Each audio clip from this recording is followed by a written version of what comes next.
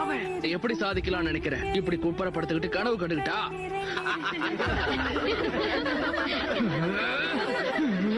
அது அந்த பையன் தானே கூட்டத்திலே தோத்து போன ஒரே ஆளு.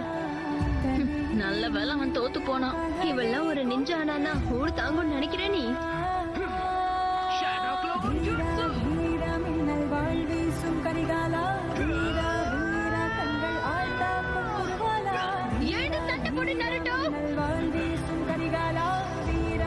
என்ன மன்னிச்சிடு, உன்னால கண்டிப்பா ஹோக்காகே ஆக முடியாது. எனக்கு இந்த இடத்துல என்ன அடிச்சுக்க ஆளே கிடையாது.